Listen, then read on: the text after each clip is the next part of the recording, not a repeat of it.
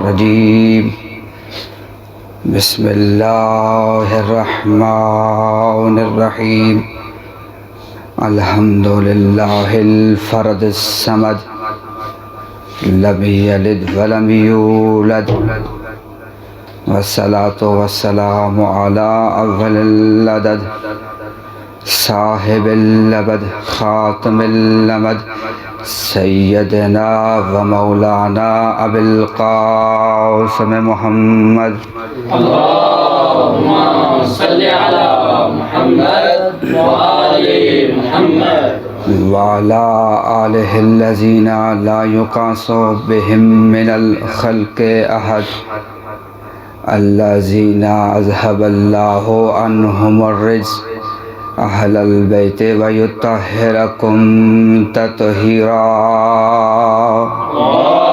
اللہم صلی علی محمد وآل محمد ولعنۃ اللہ علی اعدائہم من الاول الی الابد اما بعد فقد قال الرحمن فی القرآن بسم اللہ الرحمن الرحیم وَإِذْ قَالَ رَبُّكَ لِلْمَلَائِكَةِ إِنِّي جَاعِلٌ فِي الْأَرْضِ خَلِيفَةً قَالُوا أَتَجْعَلُ فِيهَا مَن يُفْسِدُ فِيهَا وَيَسْفِكُ الدِّمَاءَ وَنَحْنُ نُسَبِّحُ بِحَمْدِكَ وَنُقَدِّسُ لَكَ قَالَ إِنِّي أَعْلَمُ مَا لَا تَعْلَمُونَ صلوات اللہم صلی علی محمد وآل محمد وعجل فرج برادران ایمانی اور ملت اسلامی، میرا آغاز سخن قرآن مجید فرقان حمید کی آیہ مجیدہ سے ہوا، جس میں پروردگار عالم بزم ملائک میں یہ اعلان کر رہا ہے کہ اے فرشتوں، میں زمین پر خلیفہ بنانے والا ہوں۔ اور جب ملائکہ نے اس اعلان الہی کو سنا تو کہنے لگے کہ پروردگار، تو ایسے شخص کو خلیفہ بنا رہا ہے۔ کہا کہ اے فرشتوں، تم یہ جو آسماں ہیں ان کے مسمى بتاؤ۔ اور جب سوال ہوا، امتحان ہوا، اختبار ہوا، تو ملائکہ نے ایک آواز میں کہا، معلوم سے مجہول تک جانا یہ بشریت کی صلاحیت ہے، ملکوتیت کی نہیں۔ یہ عالم تکوین و بساط ارضی و رباط فلکی پہ نگاہ ڈالو۔ ہر شے خدا کی تخلیق کردہ ہے، اسی کی پیدا کردہ ہے، اسی کے لب کن فکان کی جنبش سے ظاہر ہوئی ہے، اسی کے فرمان خلق و امر سے اویزہ ہے، اسی کے ارتباط سے مرتبط ہے، اسی کے انبساط سے منبسط ہے، اسی کے ائتلاف سے مختلف ہے، عرش و کرسی میں اسی کے فضل کا رنگ ہے، صراط و میزان میں اسی کے عدل کا ڈنگ ہے، برق و رعد میں اسی کا جلوہ و آہنگ ہے، طبقات فلکی پہ اسی کی پرتو ہے، ترائق سماوی میں اسی کی رو ہے، شمس و قمر میں اسی کی ضو ہے، اور ستارہ کے چراغاں میں اسی کی لو ہے۔ پرشک و آسمانوں کی طرف نگاہ ڈالو، اسی کا کمال دکھائی دے گا، اسی کا جلال نظر آئے گا۔ پہاڑوں کی بلندیوں میں، وادیوں کے نشیب میں، سمندروں کے نہیب میں، دریاؤں کی روانی میں، روح بہار کی جوانی میں، صبح کے چہرہ خندہ میں، ظہر کے روح تابہ میں، شام کے سرمائی جلووں میں، نباتات شام کے سرمائی جلووں میں، چاندنی رات میں، بھیگی ہوئی برسات میں، کوسے قضا کی انگڑائیوں میں، نباتات کی صورت آرائیوں میں، باغ و چمن کے رہنائیوں میں، پھولوں کی تربیزیوں میں، بلبل کی نغمہ سرائیوں میں، سنگ موسیٰ ہو کہ سنگ خارا، دور نجف ہو کہ عقیق یمنی، لال بدخشانی ہو یا ہیرے کی کلی، سب پہ اسی کی رنگ کشی، ناز کشی، جلوطنی ہے۔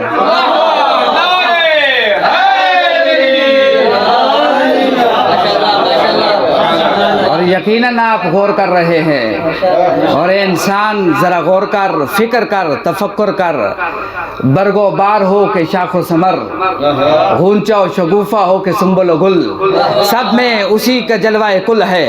دواب و انعام ہو کہ وحوش و طیور، چرند ہو کہ پرند، حیوانات بری ہوں کہ بحری، طیران فضائی ہوں کہ خلائی، نور محض کر و بیان عرشی ہو کہ جم غفیر انسان فرشی، سب میں اس ذات کی جلوہ نمائی ہے۔ اور اسی مقام پر امیر المومنین، امام المواحدین، وسیع خاتم المرسلین علی بن ابی طالب فرماتے ہیں: البعرۃ تدل علی البعیر، وروثۃ تدل علی الحمیر، وآثار القدم تدل علی المسیر، کہ بعرہ سے بعیر کا پتہ چلتا ہے اور پس کندہ غذائے منقلب سے حمیر کا نشان ملتا ہے، اور نقش قدم میں مسافر کا وجود چھلکتا ہے۔ اور پھر شاعر نے اس مقام پر اس کے کمال اور جمال کو یوں بیان کیا: عبارتاً نشتا و حسن کا واحدو وکلو الی ذالک الجمال یشیرو، ہر شے اپنے حسن میں اس حسن جمال کی طرف اشارہ کر رہی ہے، ہر شے اپنے حسن و جمال میں اس ذات کے حسن و جمال کی طرف اشارہ کر رہی ہے۔ اور مجھے کہنے دیجئے، کل کل کی صداؤں میں وہی، بلبل کی صداؤں میں وہی، غنچہ گل کی آرائیوں میں وہی، خلوت میں وہی، جلوت میں وہی، غزم میں وہی، بزم میں وہی، حال میں وہی، کال میں وہی، جلال میں وہی، جمال میں وہی، بدر میں وہی، حلال میں وہی، سنگ در میں وہی، تشت و تر میں وہی، ہر گل تر میں وہی، ہر ثمر میں وہی، ہر شجر میں وہی، ہر شرن میں وہی، ہر نظر میں وہی، ہر اثر میں وہی، ہر قبر میں وہی، ادھر بھی وہی، ادھر بھی وہی۔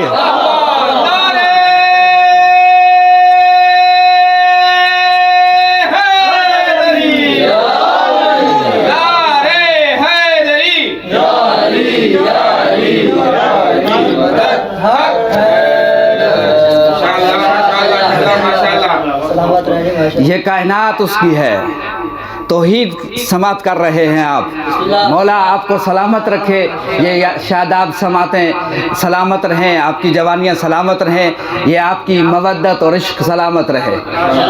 یہ ذکر آل محمد اور اس ذات کا ذکر ہو رہا ہے جس نے ہمیں آل محمد جیسی نعمت عطا کی ہے۔ یہ کائنات اس کی ہے، یہ تخلیق اس کی ہے، تو پھر قانون کس کا ہوگا؟ اسی کا ہوگا جو رحمان ہے، رحیم ہے، ملک ہے، سلام ہے، مومن ہے، محیمن ہے، عزیز ہے، جبار ہے، خالق ہے، باری ہے، مصور ہے، متین ہے، تواب ہے، جواد ہے، رقیب ہے، بدیع ہے، سمیع ہے، معمود ہے، محمود ہے، معبود ہے، قریب ہے، بعید ہے، حنان ہے، منان ہے، مستعان ہے، جلیل ہے، جمیل ہے، وکیل ہے، دلیل ہے، اول ہے، آخر ہے، ظاہر ہے، باطن ہے، توجہ ظاہر ہے، باطن ہے، ظاہر ہے، باطن ہے، قائم ہے، دائم ہے، طاہر ہے، طاہر ہے، مطہر ہے، کبیر ہے، متکبر ہے، مالک الملک وذو الجلال والاکرام ہے۔ اور یہ سب اس ذات کو مانتے ہیں، سب نے اس ذات کو تسلیم کیا ہے، سب نے اسے مانا ہے۔ جب سب نے مانا ہے تو پھر کائنات اس کی ہے، جب کائنات اس کی ہے تو سوال یہ ہے پھر قانون کس کا ہوگا؟ تخلیق اس کی ہے تو ہدایت کس کی ہوگی؟ یہ دماغ اس نے دیا ہے تو روشنی کون دے گا؟ یہ بصیرت اس نے عطا کی ہے تو روشنی بصارت کون دے گا؟ یہ بصارت اس نے دی ہے تو بصیرت کون دے گا؟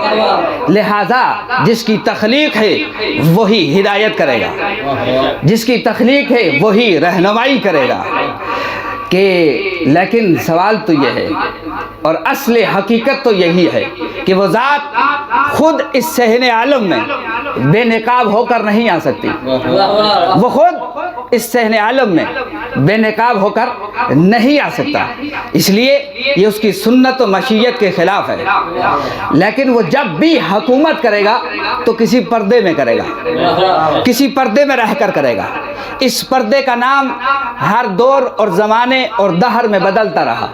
کبھی اسے حکم کہا، کبھی اسے محکم کہا، کبھی اسے وحی کہا، کبھی اسے بشیر کہا، کبھی اسے نذیر کہا، کبھی اسے سراج منیر کہا، کبھی زبور کہا، کبھی تورات کہا، کبھی انجیل کہا، کبھی قرآن کہا. اسی کا یہی جلوہ کوہ طور پہ نور بن گیا، کوہ زیتون پہ مسیحا بن گیا، کوہ ابو قبیس پہ ضیاء بن گیا، کوہ ابو قبیس پہ ضیاء بن گیا، سفینہ نوح میں آیت بن گیا، بطن ماہی میں مکان علیہ بن گیا، عرش منیر پہ اولا بن گیا، منبر قدیر پہ مالا بن گیا.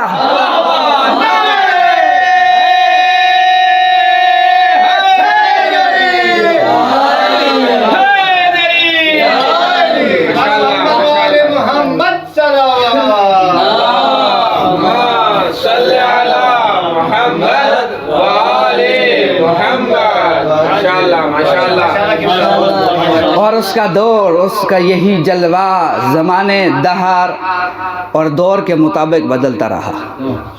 اور جب اس کا جلوہ بدلا تو جس کی ابتدا ہوئی تو ابتدا آدم سے ہوئی، اور اس جلوے کی انتہا خاتم پر ہوئی.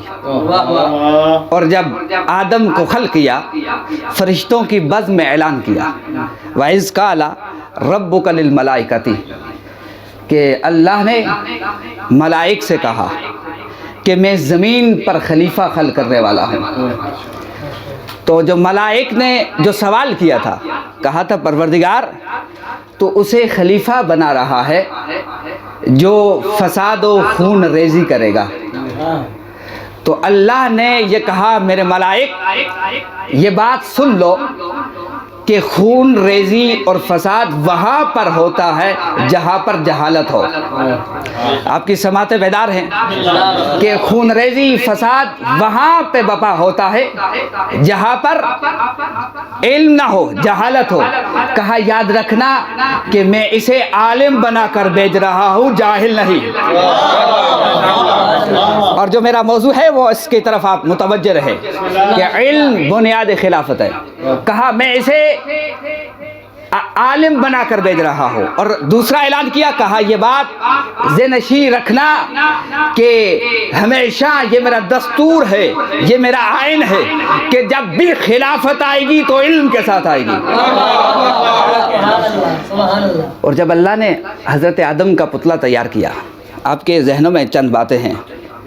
جب تیار ہوا تو اعلان کیا وَإِذَا نَفَخْتُ فِيهِ مِنْ رُوحِي، جب اس میں اپنی روح ڈال دوں، جب اس میں روح پھونک دوں، فَأَقَعُوا لَهُ سَاجِدِينَ، تو تم سب سجدے میں گر جانا.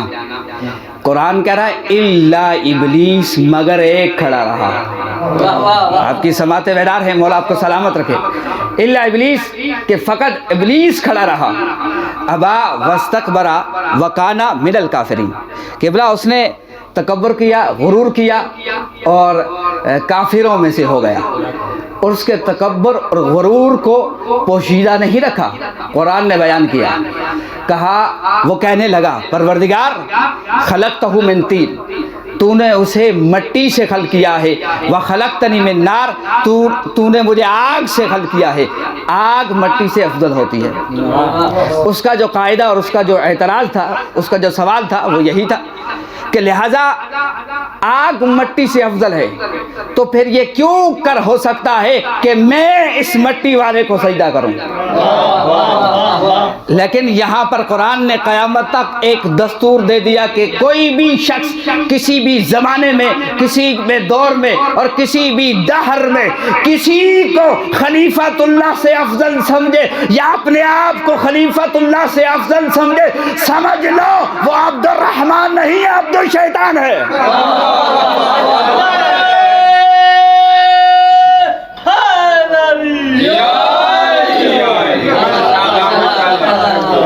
یہ قرآن نے دستور سمجھا دیا ہے کہ جو بھی اپنے آپ کو اللہ کے بنائے ہوئے جو نمائندہ ہے، جو خلیفہ ہے، اس سے افضل سمجھے. لہذا جب خلقت ہو گئی تو یہاں رک کر میں چند چیزیں آپ کے ذہنشین کرنا چاہ رہا ہوں. سب سے پہلے یہ بات آپ کے اذہان نابغہ میں رہے کہ جب بھی خلافت آتی ہے تو علم کے ساتھ آتی ہے.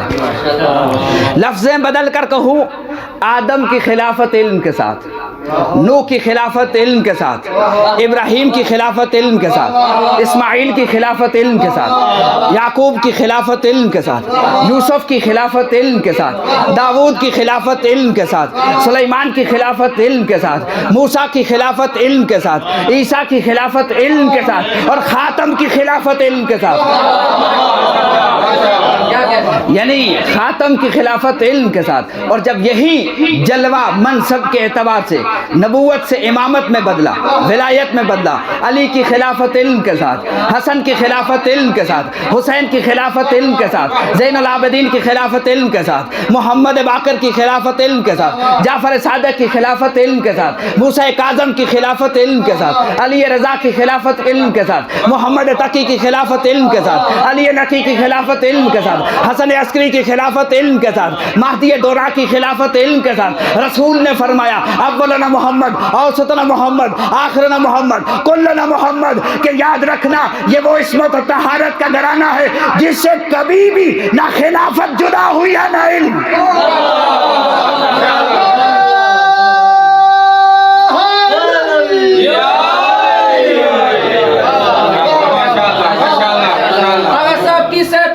کے لیے باواز بلند ترین صلوات.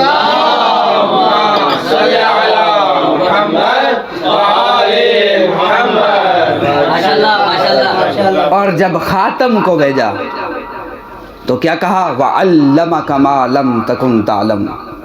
اے رسول، ہم تجھے امی بنا کر نہیں بھیج رہے، عالم بنا کر بھیج رہے ہیں. یہ قرآن کہہ رہا ہے جب رسول کو بھیجا تو علم دے کر بھیجا. اور یہ علم ایک نشانیوں میں سے ہے جس کا ذکر پروردگار نے سورہ عنکبوت میں کیا ہے کہ بل هو آیات بینات فی صدور الذین اوتوا العلم، کہ جن کے سینوں میں یہ علم کی روشنی ہے، یہ اللہ کی نشانی ہے. اور یہ علم کی فضیلت ہے.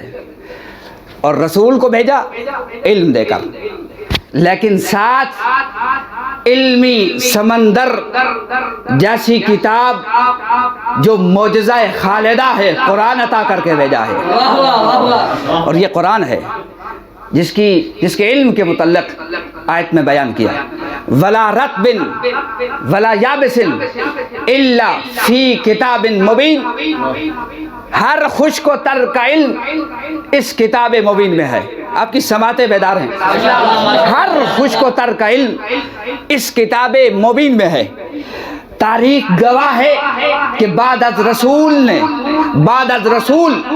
بہت سے لوگوں نے وراثت قرآن کا دعویٰ کیا، عالم قرآن ہونے کا دعویٰ کیا، مگر علم قرآن سے محروم رہے.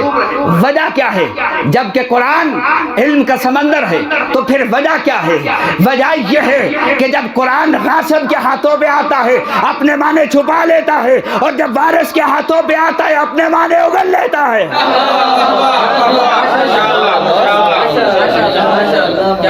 اور یہی علم ہے جس کے اوپر پیغمبر نے بہت زیادہ زور دیا ہے اور یہ کہا ہے.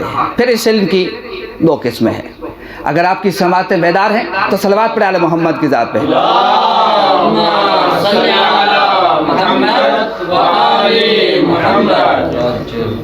پھر اس علم کی دو قسمیں ہیں. اچھا چلے، اس سے پہلے میں ایک مقدمتاً ایک آیت آپ کے اذہان نابغہ کو ہدیہ کر رہا ہوں کہ جب رسول کو بھیجا، قرآن عطا کر کے بھیجا، تو اس مقام پر ایک بات سمجھ میں آ گئی. یہاں تک جو ساری گفتگو ہے وہ یہ بات ہمارے لیے واضح کر رہی ہے کہ اگر کسی کو مقام و مرتبہ ملا تب بھی معیار علم، کسی کو منصب دیا تب بھی معیار علم، اور اگر کسی کو رسالت پہ گواہ بنایا تب بھی معیار علم. اور جب لوگوں نے اعتراض کیا پیغمبر کے اوپر، کافروں نے، کہ تو رسول نہیں ہے، نستا مرسلہ، تو رسول نہیں ہے، تو اللہ نے کہا اے رسول ان سے کہہ دو قل کفی باللہ شہیدا بینی و بینکم ومن عندہ علم الکتاب. اے رسول ان سے کہہ دو کہ میری رسالت پر ایک اللہ اللہ کی گواہی کافی ہے اور دوسرا اس شخص کی گواہی کافی ہے جس کے پاس پوری کتاب کا علم ہے۔ تاریخ گواہ ہے کہ بعد از رسول کسی نے یہ دعویٰ نہیں کیا سوائے علی کے سلونی سلونی قبل ان تفقدونی۔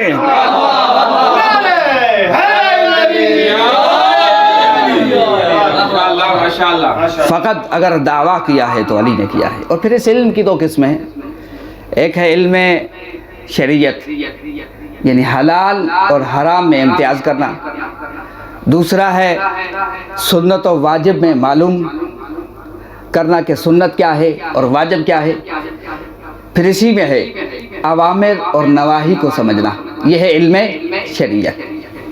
دوسرا ہے علم جدید جسے علم سائنس، علم ٹیکنالوجی کہا جاتا ہے۔ یعنی علم شریعت، علم سائنس کیا ہے؟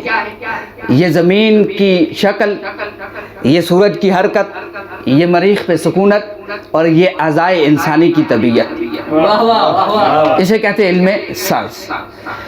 اور علم شریعت کے ساتھ یہ بات ذہنوں میں رہے کہ آج دور ترقی کر چکا ہے کہ علم شریعت کے ساتھ علم سائنس، علم جدید یہ ضروری ہے۔ اس لیے اگر ہم علم کا جواب علم سے دینا چاہتے ہیں اور طاقت کا جواب طاقت سے دینا چاہتے ہیں تو اس وقت یہ ممکن ہے جب علم شریعت کے ساتھ علم جدید بھی ہو، وگرنہ ہم دشمن کے سامنے وہ ہار جائیں گے اور دشمن کے سامنے مقہور ہو جائیں گے۔ اور یہی اس لیے قرآن نے متعدد مقامات پر یہ تذکرہ اور یہ ذکر کیا ہے کہ اے انسان کہ تو اللہ کی کائنات اور اس کی مخلوقات میں غور کر، غور کر، تفکر کر، تعقل کر۔ کس لیے؟ تاکہ تو ان کے توازن اور مقادیر کو جان سکے۔ یعنی کہنا یہ چاہ رہا ہے کہ تو اس کائنات میں غور کر اور پھر ان میں توازن اور مقادیر کو جانچو، ان کے اثرات اور تاثیرات کو معلوم کرو، ان کی توانائیوں کو اسیر کرو، ان کی قوتوں کو مقید کرو، پھر ان کی قوتوں کو مقید کرو، کھیتی کے ورق الٹ دو، سمندر دریا کا سینہ چیر دو، سمندر کا گریباں چاک کرو، ذرے کا ذرا آب کرو۔ توجہ ہے آپ کی؟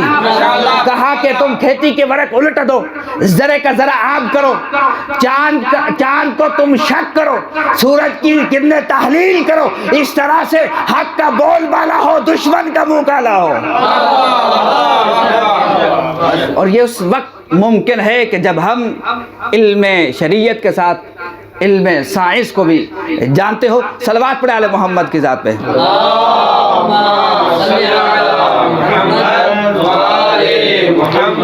اور اسی لیے پیغمبر نے علم پہ زور دیا ہے، کہا العلم فریضۃ علی کل مسلم و مسلمۃ، کہ علم کا حاصل کرنا ہر مسلمان مرد و زن پر فرض ہے۔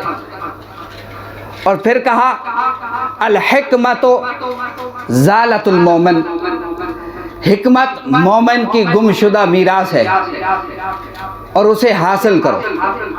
اور پھر علم کی اہمیت کو بیان کیا، کہا اطلب العلم من المہد الی اللحد، کہ تم علم کو آغوش مادر سے آغوش قبر تک حاصل کرو۔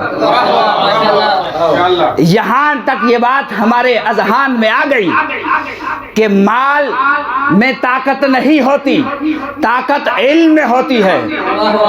اسی لیے پیغمبر بار بار علم پہ زور دے رہے ہیں کہ مال میں طاقت نہیں ہے، طاقت علم میں ہے۔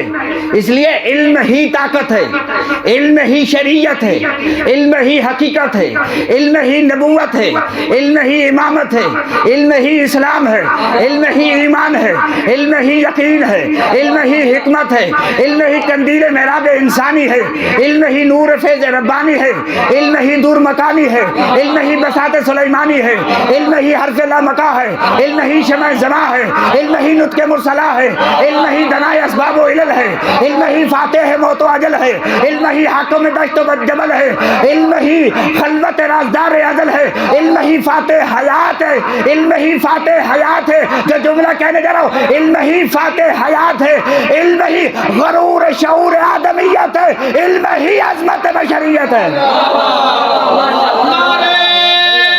حیدری، اور اسی لیے بتایا کہ علم حاصل کرو، کہ طاقت علم میں ہے، سب کچھ علم میں ہے۔ اور معلوم ہوا کہ پروردگار ایک ایسا ویسا بندہ نہیں دیکھنا چاہ رہا۔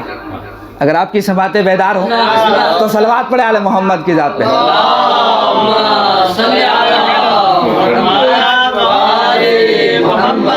کہ پروردگار ایسا شخص نہیں دیکھنا چاہتا کہ جس کے پاس علم نہ ہو۔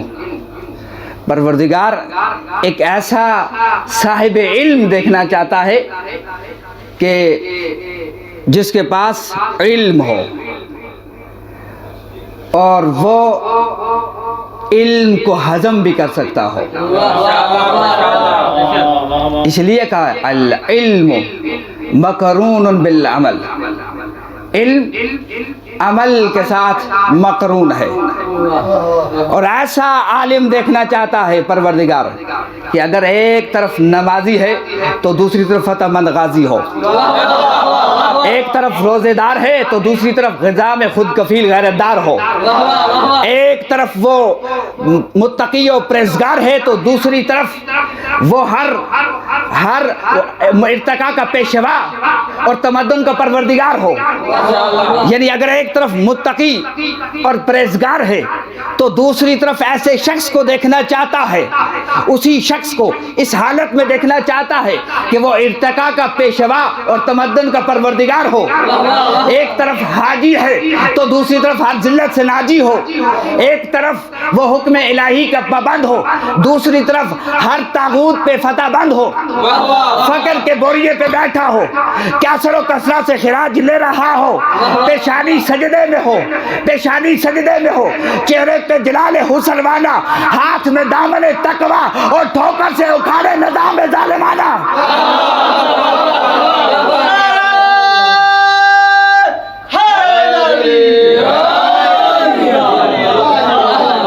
ایسا صاحب علم دیکھنا چاہ رہا ہے پروردگار کہ جس کے پاس علم ہو۔ اس لیے پیغمبر نے علم پر زور دیا ہے، اور علم پر زور دیا اور اپنا تعارف بھی یوں کروایا کہ لوگوں کو اہمیت علم پتہ چل جائے۔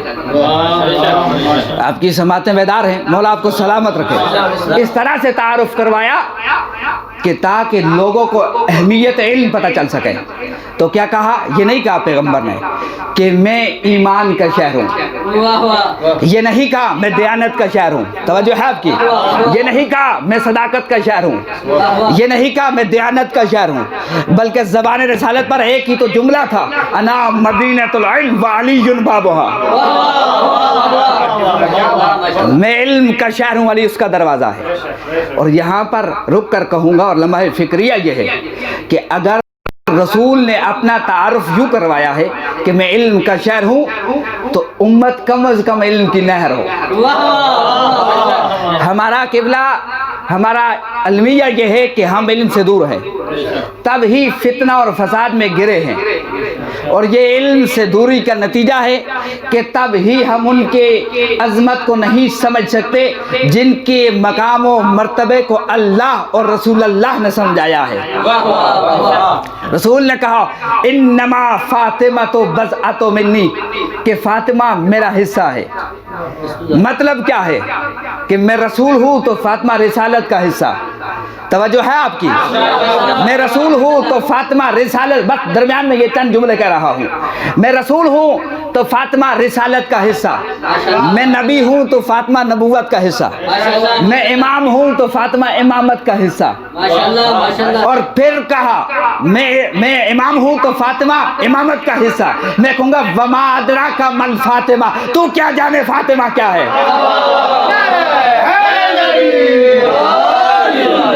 تو کیا جانے عظمت فاطمہ کیا ہے، عظمت سیدہ کیا ہے، تو کیا جانے، تیری اوقات کیا ہے کہ تو عظمت سیدہ کو سمجھ سکے۔ آخری جملہ آپ کے اذہان نابغہ تک پہنچانا ہے، مولا آپ کو سلامت رکھے۔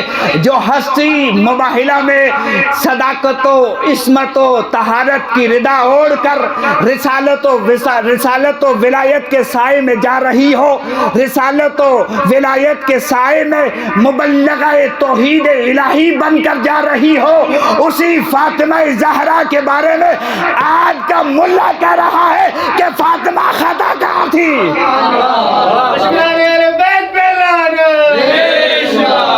محمد والے محمد صلوات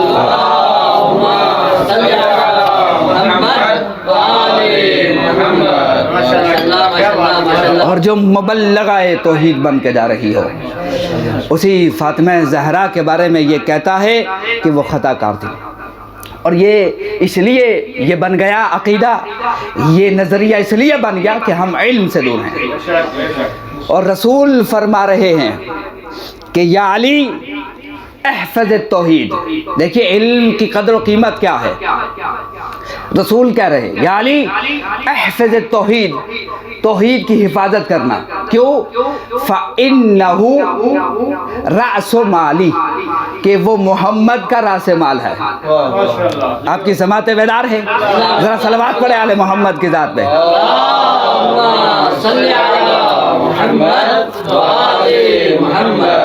یا علی احفظ توحید، توحید کی حفاظت کر۔ فَإِنَّهُ رَأْسُ مَالِي، یہ میرا راس مال ہے۔ پھر کہا یا علی والزم العمل، اے علی دامن عمل کو پکڑ کر رکھ۔ کیوں؟ فَإِنَّهُ حرفتی، یہ محمد کا پیشہ ہے۔ اور پھر کہا یا علی اقم الصلاۃ فَإِنَّهُ قُرَّۃُ عینی، اے علی نماز کو قائم کر، یہ محمد کی آنکھوں کی ٹھنڈک ہے۔ اور پھر کہا یا علی وَاذْكُرِ الرَّبَّ فَإِنَّهُ فُؤَادُ بَصِيرِی، اے علی کہ تو پروردگار کا ذکر کرتے رہنا، یہ محمد کے فؤاد کے لیے روشنی ہے۔ اور پھر کہا یا علی واستعمل العلم، علم کو استعمال کر، فإنہ میراثی، یہ محمد کی وراثت ہے۔ اور علی علم کو استعمال کر رہے، تاریخ نے دیکھا، تاریخ گواہ ہے کہ علی نے علم کا استعمال کیا اور اس طرح سے کہا لو سنیت للوسادہ فجلست علیہا، اگر یہ مسند علم بچ جائے اور علی کو بیٹھنے کا موقع دیا جائے تو لافتیت بے انجیل بے انجیلہم، بے زبور بے زبورہم، بے تورات بے توراتہم، بالقرآن بے قرآنہم، تو میں علی زبور والوں کو زبور سے جواب دوں گا، تورات والوں کو تورات سے جواب دوں گا، انجیل والوں کو انجیل سے جواب دوں گا، قرآن والوں کو قرآن سے اس طرح سے جواب دوں گا کہ محمد کی فخریہ آواز آئے گی کہ قرآن کو یا میں محمد جانتا ہوں یا میرا بھائی علی جانتا ہے۔ اور یہ علی ہیں جو علم کی نشر و اشاعت کر رہے ہیں، علم کو استعمال کر رہے ہیں۔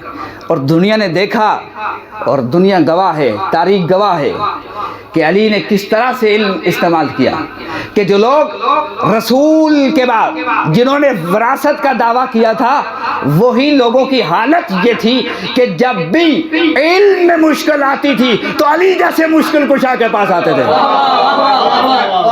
اور رسول نے علم پر زیادہ زور دیا ہے کہ علم کو حاصل کرو، کیونکہ علم میں طاقت ہے۔ علم ہی ہے جو انسان کو ذلت سے دور کر سکتا ہے، سعادت کے قریب لا سکتا ہے۔ اور یہ علی ہے، علم کی ترویج کر رہے ہیں۔ اہل بیت کی تعریف ہی یہی ہے کہ جو علم کے لیے زندگی ہو اور جہالت کے لیے موت ہو۔ اور اس لیے کیوں؟ اس لیے کہ وہ علم کا منبع ہے، وہ علم کا سرچشمہ ہے، وہ علم کا مرکز ہے۔ اسی لیے یہی تو فرق ہے، ہم اور ہیں، اہل بیت اور ہیں، اہل بیت اور ہیں، ہم اور ہیں۔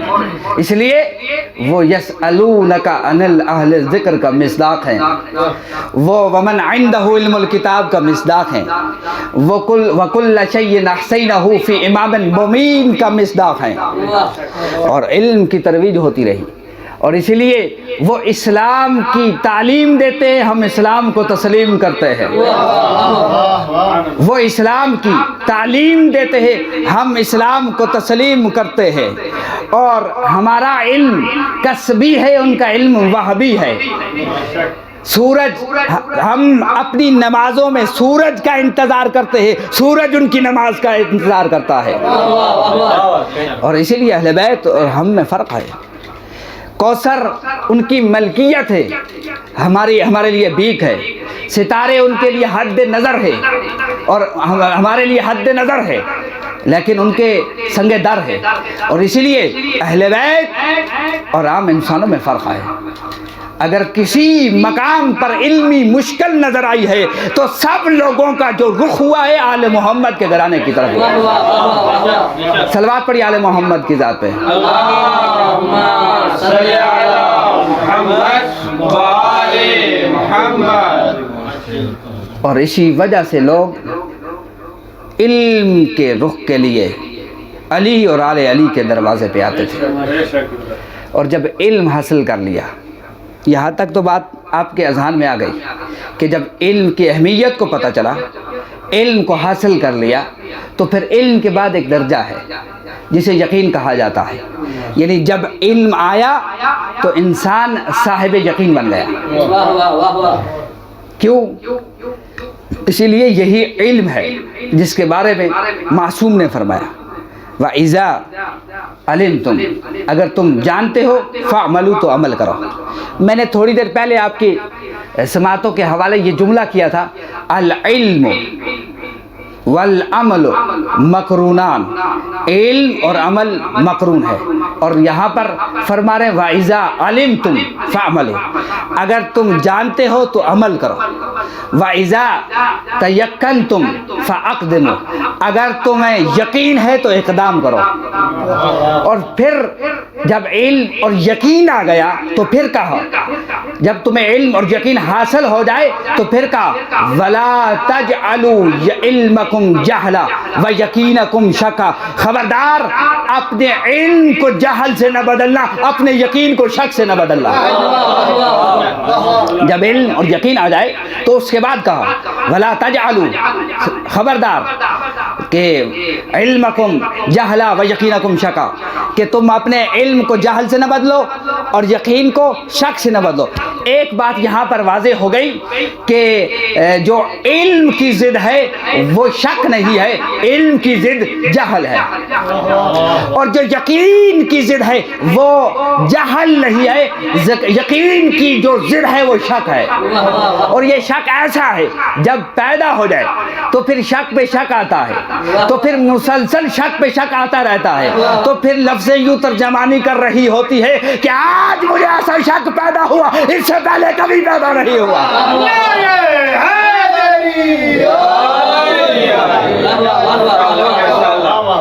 کہ آج مجھے ایسا شک پیدا ہوا، اس سے پہلے کبھی نہیں۔ کیوں؟ یہ شک پیدا ہوا، مسلسل شک پہ شک پیدا ہوا۔ اور پھر یہ شک ایک بیماری ہے، شک بیماری ہے، دل کی بیماری ہے اور روح کی بیماری ہے۔ یہ شک دل اور روح دونوں کے لیے بیماری ہے، اور روح جسم کا حصہ ہے۔ آپ کی سماعتیں بیدار ہیں؟ صلوات پڑھے آل محمد کی ذات پہ۔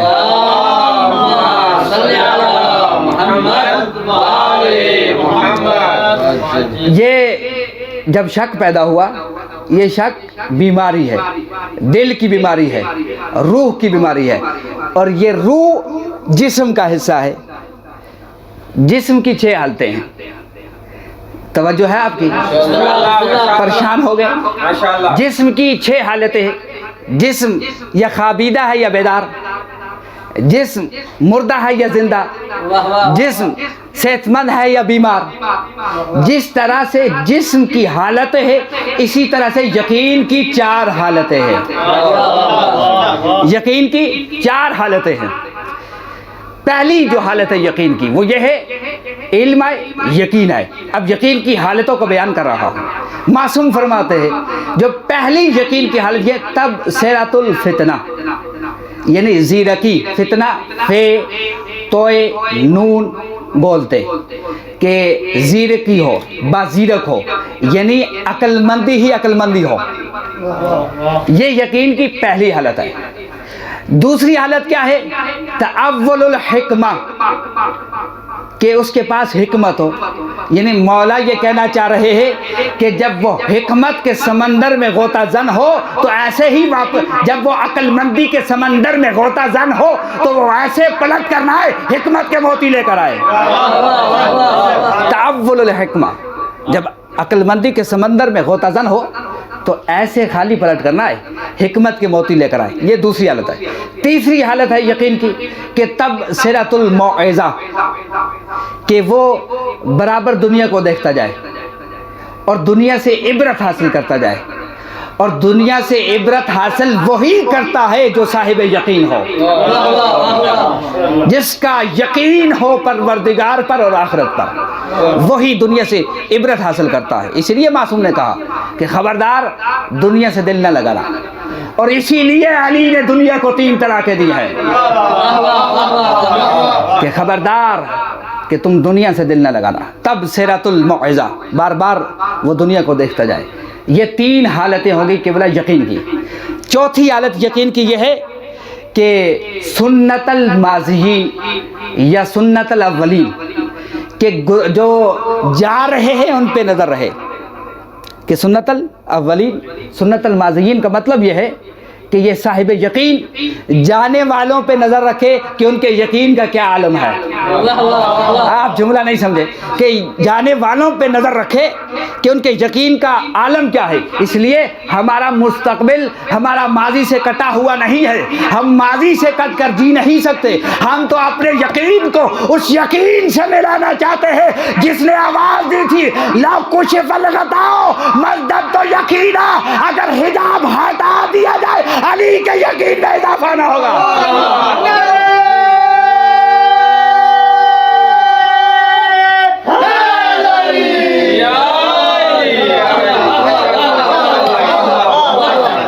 ہم اپنے یقین کو اس یقین کے ساتھ ملانا چاہتے ہیں کہ جو صاحب یقین یہ آواز دے اگر حجابات ہٹا دیے بھی جائیں تو علی کے علم اور یقین میں اضافہ نہ ہوگا، اور یہی علی ہے جو علم و یقین کی منزل پر فائز ہے، اور جہاں علم وہاں یقین۔ بس آخری جملے اور چند دقائق آپ کو زحمت دوں گا۔ جہاں علم وہاں یقین، اگر خلاصہ کروں میں، علم کے کمال کو یقین کہا جاتا ہے، علم کے کمال کو یقین کہا جاتا ہے، اور یہ وہی یقین کامل کا بیٹا ہے، یقین کامل کا بیٹا ہے جو بڑے یقین کامل کے ساتھ کعبہ کی چھت پہ کہہ رہا ہے الحمدللہ الذی شرف ھذا البیت من کان باللمس بیتا واصبح قبلۃ، شکر ہے اس پروردگار کا جس نے اس گھر کو مسلمانوں کے لیے قبلہ بنایا ہے حسین کے بابا علی کے صدقے میں۔ یہ اسی کامل الیقین کا بیٹا بڑے یقین کے ساتھ کہہ رہا ہے، اور جس طرح یقین ہے میں نے پہلے کہا ہے علم کا کمال یقین ہے، اور اگر علم کے اعتبار سے حضرت عباس کو دیکھے تو روایت کی لفظ ہے ان العباس زق العلم زقا، کہ عباس کو ایسے تعلیم دی جس طرح سے پرندہ اپنے بچے کو غذا دیتا ہے۔ یہ وہ علم اور یقین کا گھرانہ ہے، اور یہی تو وجہ ہے کہ بڑے علم اور یقین کے ساتھ مولا کے پاس آئے اور پوچھا مولا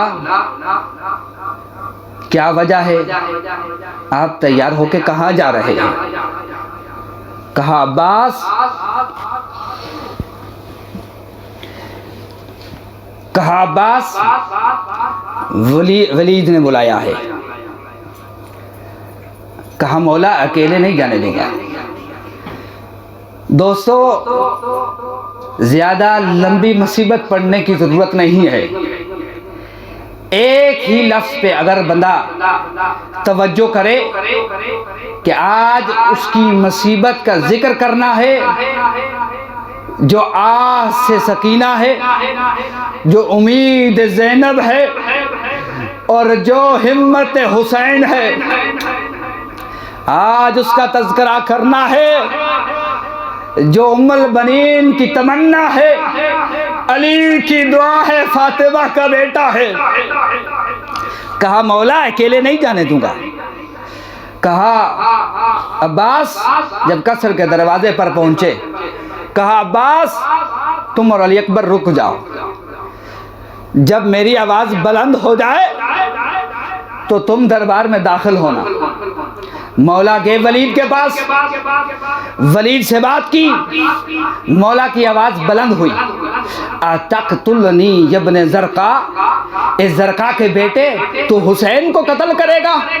یہ جملہ سننا تھا، راوی کہتا ہے عباس دربار میں داخل ہوئے تو تلوار نیام سے نکالی ہوئی تھی، تو حسین نے ہاتھ پکڑ کر کہا عباس یہ مدینہ ہے، کربلا نہیں۔ اجرکم اللہ، اجرکم عند الزہرا، اجرکم اللہ۔ واپس پلٹے، قافلہ تیار ہوا۔ حضرت عباس نے دیکھا کہ ذرا دیکھوں میں قافلہ منظم ہے، قافلہ چلنے کو تیار ہے، تو آئے، سارے قافلے پہ نگاہ کی، مولا کے پاس آئے، آقا اجازت ہے ابھی چلیں؟ کہا عباس بسم اللہ۔ جب اپنے گھوڑے کے قریب پہنچے تو گھوڑے پہ سوار ہونا چاہ رہے تھے، اتنی دیر میں گھر سے پردہ اٹھا اور کنیز باہر آئی، کہا عباس تمہیں ماں بلا رہی ہے۔ یہ جملے سننے تھے تو فوراً پلٹے اپنی ماں کے پاس، قدموں پہ گر گئے، تو ام البنین نے حضرت عباس کو اٹھایا اور سینے سے لگایا اور کہا عباس یہ ماں کی بات یاد رکھنا، تم اکیلے نہیں جا رہے، ساتھ زینب و کلثوم ہے، ساتھ حسین ہے، ساتھ علی اکبر ہے، ساتھ اولا محمد ہے۔ اجرکم اللہ، اجرکم اللہ۔ کہا اماں آپ خوش ہو جائیں گی، عباس اس طرح سے وفا کا حق ادا کرے گا، آپ مطمئن ہو جائیں گی۔ کہا باقی بچوں کو بلاؤ، عباس، عبداللہ، جعفر، عثمان آؤ، سب آ گئے۔ تو مخاطب ہو کر ام البنین نے کہا بیٹو لحظہ بھر کے لیے بھی حسین سے جدا نہ ہونا، اگر تم حسین سے جدا ہوئے میں فاطمہ زہرا کو کیسے مجھے۔ اجرکم اللہ، اجرکم اللہ۔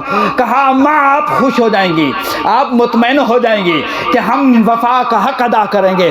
اس کے بعد عباس چلنے لگے، لیکن ایک جملہ کہا، ام البنین نے کہا بیٹو جاؤ، جب جانا بابا سے ملاقات ہو تو ماں کی طرف سے سلام کہنا، اور یہ کہنا ام البنین نے جو وعدہ کیا تھا پورا کر دیا ہے، جو وعدہ کیا تھا وہ وعدہ وفا کر دیا ہے، اب مولا مجھ سے راضی ہے۔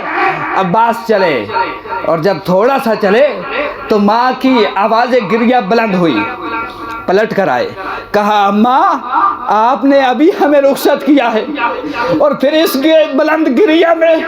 کہا بیٹا کیا کروں، آج تمہیں دیکھ کر مجھے تیرے بابا علی کی یاد آ گئی۔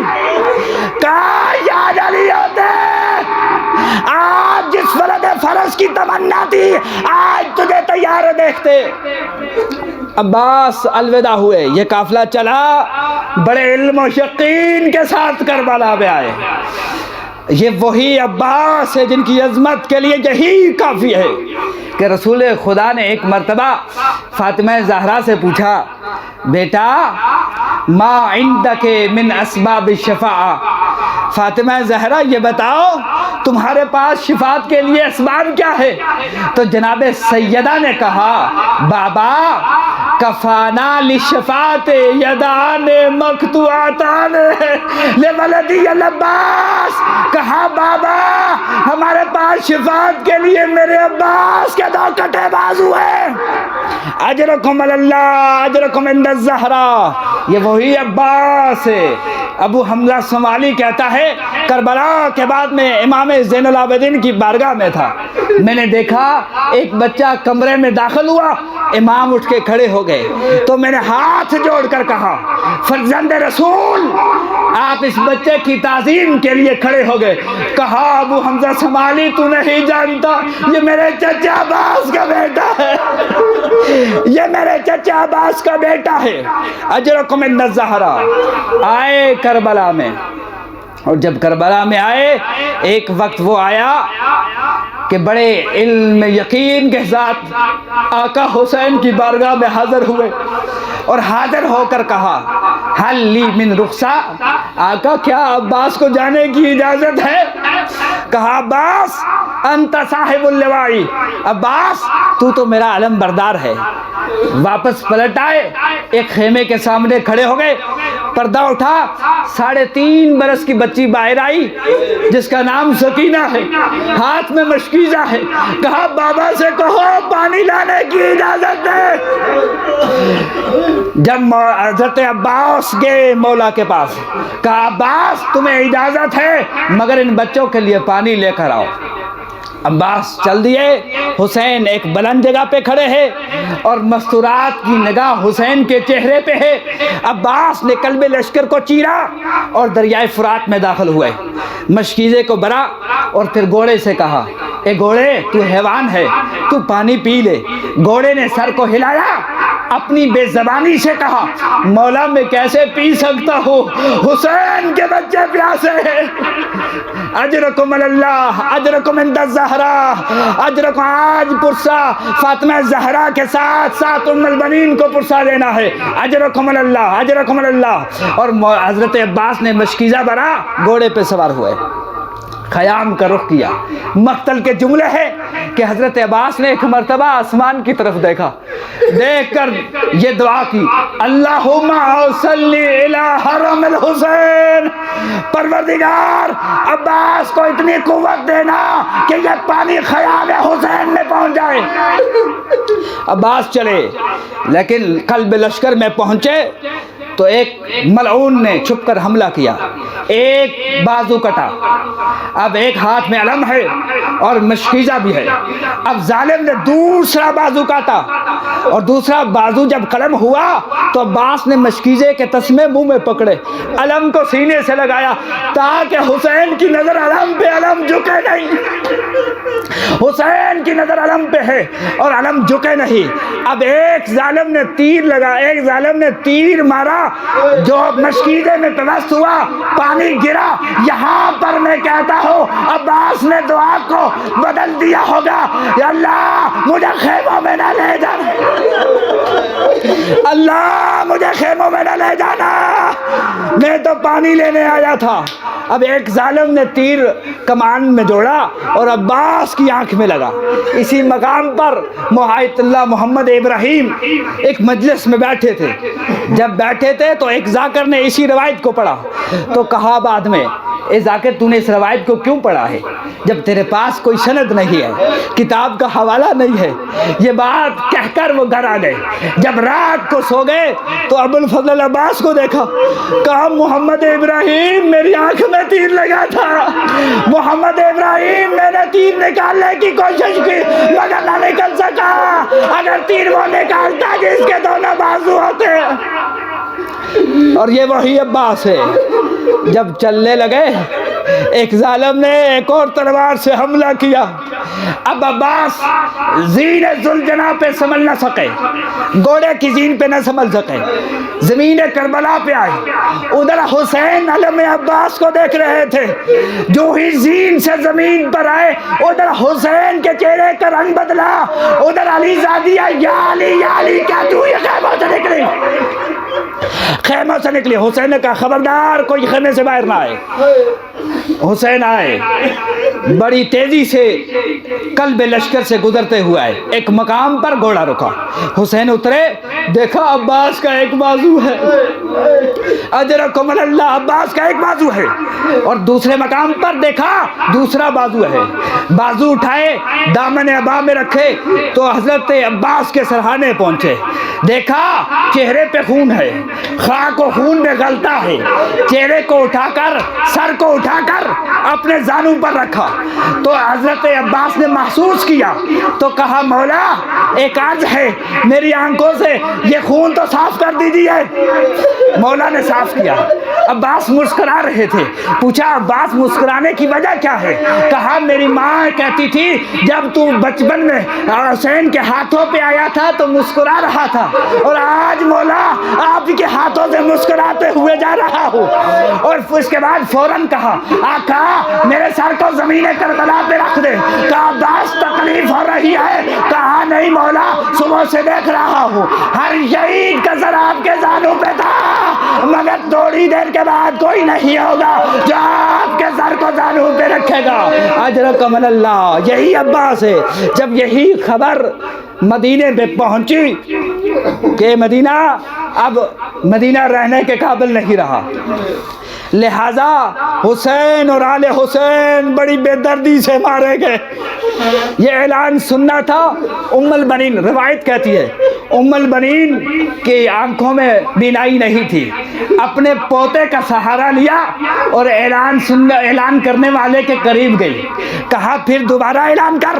کہا مدینے والوں اب مدینہ رہنے کے قابل نہیں رہا، حسین اور آل حسین مارے گئے۔ جب یہ جملہ سننا تھا ام البنین تڑپ گئی، کہا میرا عباس کہاں تھا؟ یہ جملہ سنا کہ میرا عباس کہاں تھا، اس کے بعد ام البنین اپنے پوتے کا آخری جملہ اپنے پوتے کا سہارا لیتے ہوئے جنت البقیع میں گئی، قبر زہرا کو مخاطب کرتے ہوئے کہا بی بی اب تو مجھ سے راضی ہے، اب تو میں نے جو کچھ تھا لٹا دیا۔ الا لعنۃ اللہ علی القوم الظالمین وسیعلم الذین ظلموا ای منقلب ینقلبون۔